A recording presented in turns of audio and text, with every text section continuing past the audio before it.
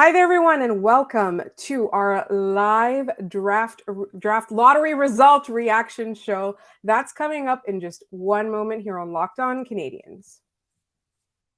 Locked On Canadiens, your daily podcast on the Montreal Canadiens, part of the Locked On Podcast Network, your team every day.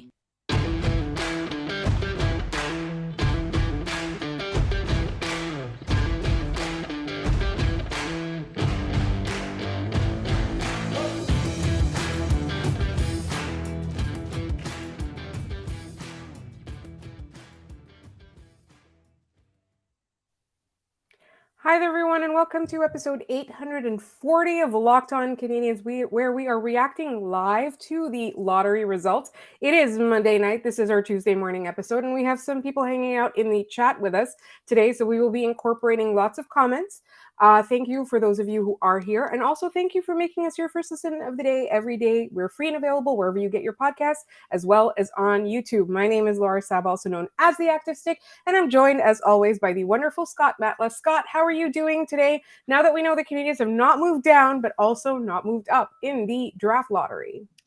I was doing great until Chicago won the draft lottery, which we will have plenty of thoughts on that later on in this show.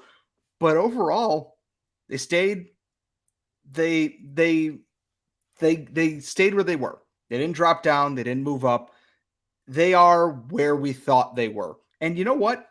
Fifth isn't terrible because this has a very deep first round in it. This draft, I should say, has a very deep first round in it.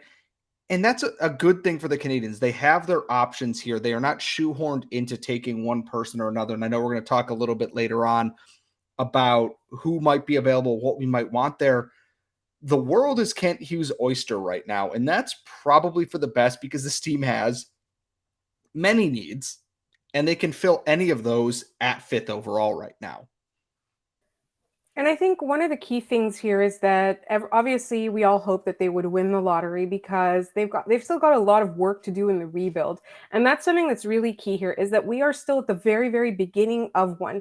We hope that it's not going to take too long. We hope that it's not going to be, 5-6 years before we start to see some excitement on the ice. But I think you can take the team of the last two seasons and you can tell that there is a very, very long way to go for this team to be a contender. So I think one of the other things, and we are going to talk about this a little bit later as we find out exactly where that Florida pick ends up being, is that the Canadiens now have options. They've got a top 5 pick. They've got a few people that are likely to be available there because I think, 3 to 7 really has a lot of really compelling cases. I think you can't go wrong with, you can guess Bedard is going to the first overall winner. Fantilli is going to the second overall winner. Not thanks. Good luck, Anaheim, because now it's time to kind of like show a little bit more progress. But for the Canadiens, they've got a little bit of time, but it's also really unlikely that they're going to draft this low next season, right? It's unlikely that they're going to finish this low, to draft this high next season. So they have to be very, very smart about how they fill their cupboard like this particular draft. They have to really, really take care to pick a guy with really high upside. I think that's the key thing here is that you have to have somebody who's not a surefire NHLer but will be a third liner. You have to pick somebody who has the potential to be a star. That's what the Canadiens need. They've got depth in that okay middle six kind of role, or like your middle pairings. They need top line guys. They need top 6 guys. They need top pairing guys. They need slam dunks. And you need a guy that has a lot of talent, that if you put the right things into place and he's lucky with his injuries, he's going to turn out to be the driver of this team when they're contending. And I look at that and I go, they do need a star. And that is why first overall this year, and God love Yura Slafkovsky, the ceiling of Connor Bedard and even Adam Fantilli is astronomically different than where Slafkovsky's is. Slafkovsky is going to be an NHL player if his development continues and continues to stay healthy and everything. Connor Bedard is a generational potential talent in the NHL, franchise defining. That for the Canadiens, you get Connor Bedard and your reach that goes from over here to over here, which I realize this is going the wrong way on your screens, but the right way on my eyes. It gets closer to the end of the bar here. And that's huge. And it's not the end of the world because Kent Hughes has been patient with this, and I'm not worried about that. A superstar changes the entire face of your organization. The Canadiens are also not dependent on just one piece to make everything work. However, they have to be, like you said, they have to be smart about what they're doing here. If you swing for safety, you're going to set the bar lower and you're going to set a lower ceiling for what your team could possibly be. And yeah, you could potentially win with a bunch of Dalibor Dvorskys across your lineup, a bunch of solid players, but none that stand out. Or you can be that team like Edmonton is finally getting it together with McDavid and Draisaitl. Yeah, because they got a goalie who can stop a gigantic beach ball, which is nice for them. But it's so close. They tanked in the wrong year, and I know Kay is probably hanging out in one of the other live streams, and she says this all the time. They tanked in the wrong year, which what are you going to do? Sometimes things just come to a head and you have to do it. Now it's up to the scouting staff, the Canadiens development team. What can they do to make this work? All right, and so we're going to talk a little bit about the players who are going to be available, and there's some chatter in the chat about that, so we will address that all in just one moment. But first, this episode is brought to you by Indeed. Are you hiring? Then you need Indeed. Indeed is the hiring platform where you can attract, interview, and hire all in one place. Instead of spending hours on multiple job sites searching for candidates with the right skills, Indeed's a powerful hiring platform that can help you do it all. We streamline hiring with powerful tools that help you find matched candidates. With Instant Match, over 80% of employers get quality candidates whose resume on Indeed matches their job description the moment they sponsor a job, according to Indeed data in the US. Start hiring now with a $75 sponsored job credit to upgrade your job post at Indeed.com/lockedon. Offers good for a limited time. Claim your $75 credit now at Indeed.com/lockedon. Indeed.com/lockedon. Terms and conditions apply. Need to hire? You need Indeed. All right, so all of you got to witness us reading an ad live on air, which is really, it's hard enough when we're recording and you guys aren't here. This is honestly one of the hardest things that we have to do. All right, let's talk about the players that may be available at that 5th overall marker and who we would like. So there's a little bit of talk about Michkov in the chat. Some people don't want him. Some people want him. He's extremely talented. The knock on him is that is he ever even going to come here? And that's really a big one. And we have heard that the Canadiens are not super enthusiastic about that possibility. Now, I think the quote is they are unlikely to go that route. They could change their minds. They absolutely should. For this entire thing, there will be a smart team that is willing to play the long game with Michkov and wait for his contract to be up and for him to come over. Like I said, and like Tony Ferrari said, we talked about this, is Kirill Kaprizov is the closest example we have of something like this. And Michkov didn't stand out in his initial KHL stint there with SKA St. Petersburg, went down to the VHL, dominated, which is their AHL league, and then went to Sochi in the KHL on a loan and absolutely lit it up there and found that game where we know he is just a next level talented player. And we obviously, because of the Russian invasion of Ukraine, they were not allowed to participate at IIHF events. Michkov would have absolutely lit the world on fire at World Juniors. He's that talented. He did it at the under 18s. He had 16 points in 7 games. He's a freakishly good talent, and a good team with the ability to make sure that they can make this work should do that. Should be able to let him find his way there and when he in that time frame and trust in his development. And I know that there's a lot of unknowns with that. And I think some people are correct in looking at this and going, a team might pick him. And Columbus loves to go off board, so to speak. This is right up Yarmo's alley. And admittedly, Michkov in Columbus with guys like Kent Johnson and other players is a thrilling possibility. And if he's gone, and that means Carlson drops to 4 or Smith drops to 5, that option is there. The Canadiens are going to get someone good at 5th overall. I just don't want them to pick safely. We've heard Reinbacher. We've heard Dvorsky. There's nothing wrong with these players, but if Michkov is there and you pick David Reinbacher, you are cowardly. And it is not what this team needs. This team needs that chance at an elite high-level talent. Cole Caulfield fell into their laps at 15th in 2019. The chances of that happening again are rare. Take that opportunity. If an old school GM and group can see the value in that, so should one that's more forward thinking right now. So we've got a question from Mike Y. Can Will Smith make the team next season? All right, so let's talk a little bit about Will Smith. No. And not because he's not talented, but because I don't think he needs to. There are maybe two players in this draft that would make the Canadiens next year, and they're Fantilli and they're Bedard. Maybe Carlson. I think Carlson, we talked with Patrick Bexell about this, either spend some more time in the SHL playing another year there or play in the AHL and get adjusted to North American ice. But Bedard and Fantilli are the only two that I could see making this. Michkov is a toss-up just because I don't know across the board. I obviously don't get to watch a ton of KHL hockey, but I know, and talking to the scouts that I do trust, understand that he is that guy. And Smith doesn't have to make this team. Let him go to college for a year. He's going to play with a lot of his line mates from this U.S. program where they were incredible this year, and it gives him that opportunity to continue to learn and grow and get that next level. It worked for Caulfield going out of the U.S. program to Wisconsin. It's just trust that process in there. I think Will Smith is a fantastic talent. Putting him in the NHL this year, rushing things, and is a recipe for disaster. So we talked a little bit about Michkov. We talked about Will Smith. We talked about Carlson. Is there anyone else you wanted to bring up before we move on to our next segment? Talk about Chicago getting the first overall and talking about a lot of people want to talk about trading up. So we'll address that in the next segment. But first, Scott, was there anyone else we wanted to talk about in this segment? I mean, I guess Oliver Moore's there too, a pretty good consolation prize. My fears are going to go safe, and that is going to continue to be my fear. I don't have an issue with Oliver Moore or Dvorsky or any of these guys as players. I just don't want them to go safe. I really, really don't. I think you can kind of look at it and like last year they didn't go safe. They took a big risk, right?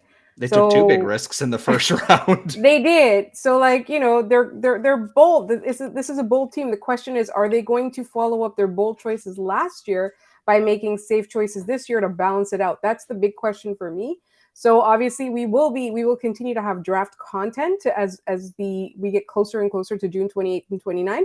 But also we will be talking about the Chicago getting the first overall and if there's a possibility to trade up, and that's coming up in just one moment here on Locked On Canadiens. All right, Scott, yes. We're not happy. Chicago got the first overall pick, and I've got the second overall, and we do like JD Young of Locked On, not JD Young. I'm so sorry, JD Hernandez of Locked On Anaheim Ducks. We do want him to be happy. We also think Fantilli with Zegras would be phenomenal. But what is the possibility that the Canadiens might be able to move up in a draft like this? I feel like the possibility would exist a lot stronger if it was a weaker draft. I think so too. The chance is 0 this year. The amount that the Canadiens would have to give up to move up from 5th to 1st would be 5th, Florida pick, probably Owen Beck, and then probably another talented prospect on that roster. Someone like a Caden Gooley, someone like a Joshua Waugh, someone you have the amount to move up to first overall, even in a poor draft year, is astronomical. Like last year, the Canadiens could have considered it, and I would have probably taken it actually, because I still don't think Shane Wright would have gone first overall. I still think I think that potentially Cooley would have gone instead of Slavkovsky. The Canadiens weren't picking first, but that is what it is. And to answer Tyler's question, can you check Tankathon and maybe explain why Will Smith is at 6th overall? I don't know where they source their ranking from unless they do one themselves. But everyone's different because EP has Will Smith at 9, I believe. Some people have him in the top 4. Some people have him at 5. Everyone's thoughts are different, which everyone is entitled to their opinion. So I'm not 100% sure where they source their stuff from on that. And like I said, it's mock drafts. Nothing is perfect. Last year, Shane Wright went 4th after being the potential first overall pick for 2 years in a row, something like that. A question from Mark. If Arizona offers the 6th and the 12th for the 5th and ask for someone like a Mayu, would you do it? Assuming we get to keep Florida's pick, yeah. Then you get you get 3 first round picks. And I look at this and go, if there's someone at 5 you want, they'd probably be there at 6 because Arizona has their eyes on somebody. You get 12th where, okay, you're taking a Dvorsky, you're taking a Reinbacher at safe pick there. And then at 20, whatever Florida picks at, you swing for the fences again. And then you have another pick at 37th overall. I wouldn't ignore that possibility. It all depends on the prospect they're asking for in that. But it's something I would consider because 3 first-round picks is better than 2. That's just basic math. And I actually like that because I would be comfortable taking an Oliver Moore at 6 and maybe a Dvorsky at 12 versus Dvorsky at 5 and whomever at 20 whatever from the Florida pick. I just put a Leafs fan in a timeout because I can. We got a question from our good friend Tyler. It's not a question, it's a comment. Dvorsky is not the right move. You early trade up to 4th to get Carlson or Smith at 4th if they're there, or you take Zach Benson. Zach Benson's the guy we forgot to talk about. That is exactly it. Tyler, thank you for that. We talked to Tony Ferrari about Tyler Benson. Jesus, Scott. Zach Benson. And I think that's another possibility there, that if Will Smith is gone in that top 4 and they don't want to take Michkov, you take Moore, you take Zach Benson. And I think you're pretty happy with that consolation prize, all things considered here. I would be stunned if they're not picking someone from the North American side of things, unless Carlson falls. But Randy has a question. Is there any prospect you'd refuse to trade? Probably Beck right now, unless there's a deal you can't miss out on. Whoever they're picking at 5th overall at this point. And then maybe Joshua Waugh. Outside of that, I think anyone else is kind of up fair game because the Canadiens need to add if they can. So I'd have to take a deeper look at the prospect pool here. Obviously, I've been focused on the draft lottery, but I suppose we should get to the news where a team won the draft lottery that kind of didn't deserve anything this year, but we don't have to spend a lot of time talking about Chicago winning the draft lottery, but we kind of have to mention that they won it despite the fact that the organization has been nothing but a disgrace in the last 2 years or so, plus all the covering up they did before that. Yeah, like decade. It's deeply upsetting. It's gross. They nakedly tanked for it, and the NHL continue. And I get it. It's a random pick. And yes, I am absolutely coping right now, coping super hard. But it's a rare occurrence that you see 31 NHL fan bases come together to unite against hating one sole thing. I have not seen this in a long time. A long, long time. It's a rare occurrence. It is a capstone in history. The NHL got almost every fan base to agree to one thing, and that's that they hate the result of this. So it's like the NHL, all 31 fan bases are united in joy about the outcome or the current state of the Leafs Florida Panthers series. And then 31 fan bases are united in hate for the draft lottery. So here's a couple questions that I have for you, Scott. The Canadiens right now have 2 picks in the first round. Yes. They've got some coming up in the coming years as well, thanks to their lovely, whatever the Sean Monahan trade conditions are. How many risks do you take in this draft? Well, they've got 12 picks this year, I believe. Last year, they did exactly kind of how I would have done it. They went risk. They went risk again. They picked probably the safest pick they could have made the entire draft with Owen Beck. And then they took a risk again with Lane Hudson. And this is not counting other picks they might add if they're trading roster players in the coming weeks here, because that is absolutely a possibility of something that's going to happen, or the minute the cup is handed out, whatever. I'm always go for skill and everything else, but there's something to be said for some safety in numbers and a bunch of surefire bets. Owen Beck might not be a superstar center, but he's got all the smarts of being an NHL player in the future, and that's great. It's finding that balance. I don't 100% know what that balance is. I think the Canadiens have taken a lot of risks on their current roster here. Some of them not great, but they have a lot of aggressive defensemen and puck movers, and they have some prospects upcoming who are offensive forward and maybe not as defensively responsible as you might like. I don't know fully where that balance is because I look at like Toronto. They took a bunch of risks and they have all these skilled players and something's not clicking.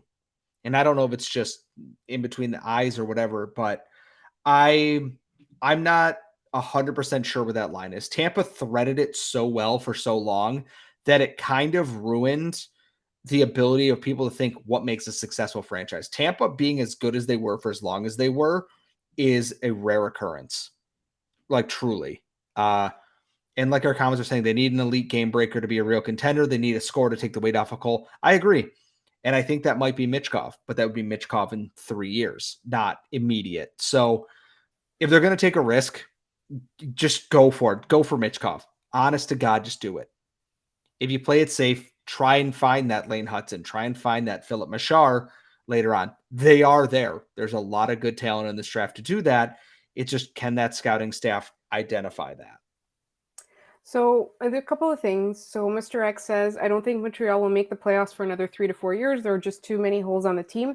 And Tyler asks, do you think that without this first overall or without like that pick, can Canadiens will eventually contend? I think it's two different questions, but I'm going to answer it this way, is that you don't know how a prospect is going to pan out until they pan out, right? There are so many players that get taken in a later round. I'm not saying it happens all the time, but it does happen where they get taken in a later round and they turn out to be phenomenal. I think that, hoping that somebody will turn into a star is not the way to go in terms of like how to approach development. I think you have to put a lot of money and a lot of effort and a lot of the right people into development and try to bring out the best in these players. But there are players that other teams will have neglected. There are players that like other people pass on all the time that become the centerpieces of a contending team. So what the Canadiens need is not just an elite game breaker, but they need, for some of these risks that they took, for everything to go right in terms of like those players don't get injured, those players reach their potential. And that's how I think that they're going to contend. I don't think that the fact that they didn't get the first overall or they don't get a Bedard or they don't get a Fantilli necessarily means that they're not going to become a contender. It's if other things pan out the way they're supposed to pan out, if other players reach their potential, there's a possibility that there will be a game breaker somewhere in there that we didn't think about. I mean, just think about like how, people talk about how Tampa makes diamonds out of nothing. Like, that's, that was always there in that player. It's just that everything went right in their development. And I guess we can kind of cap on this. This one comes from Tom. Do you think the lottery result causes management to get more aggressive to try and finally land Dubois from Winnipeg? And actually, yeah, I absolutely think that might be a bigger possibility. Now, had they landed Bedard, you probably don't have to trade for Pierre-Luc Dubois. Admittedly, having a lineup that has Bedard, Suzuki, Dubois, Doc in it is absolutely insanity. But at the same time, everyone's got to play and you got to get the most out of these people. But I think not getting Bedard, and if they go hard for Dubois and get him before the draft, I think they're picking a winger or they're going to pick Reinbacher because you don't want to overload that center spot there. Or maybe they do, and I just am talking out of my butt because I'm just a guy on a podcast. So I do think the Dubois rumors are going to kick into overdrive here, and I'm not shocked by that. It happens this time of year all the time anyways. I think they can get him cheap. He doesn't want to be there. The Jets are, no pun intended, in free fall here. And unlike Daryl Sutter leaving Calgary, Rick Bowness is still there and publicly crapped all over his best players on the way out of the playoffs. Pierre-Luc Dubois is closer to being a Canadian now than he's ever been before, I'm pretty sure. And Scott, remind the people what you have to do. Oh, I have to eat a hat if Pierre-Luc Dubois ends up as a Montreal Canadien before the first day of training camp, which is sometime in September probably. But if he is in a Canadiens uniform at that point, I will eat a hat on a live stream. We'll do another AMA and everyone can laugh and make fun of me because that's what everyone's here for. So. That is what we're all here for. And that's not true, Scott. We're here to listen to what you have to say, but we are out of time. Thank you so much, everybody, for joining us. This was really fun. And I'm thinking maybe over the course of this off season, we should do some live mailbags where you guys ask questions in the chat. What are your thoughts on that? Let us know. And you can do that by, subscribing to this podcast wherever you get your podcasts, as well as on YouTube. You can find us on Twitter at LO_Canadians. You can leave mailbag questions in the YouTube comments. Just put mailbag question at the beginning so we'll know you want us to bring it up on a Friday. As well, you can, did I say you can email us at lockedoncanadians@gmail.com? Because you Well, you can. just did now, so it works out. So it works out. You can find both of us on Twitter. Scott is at Scott Matla. I am at The Active Stick. Thank you all so much for joining us today. And we will talk to you tomorrow. Bye, everybody.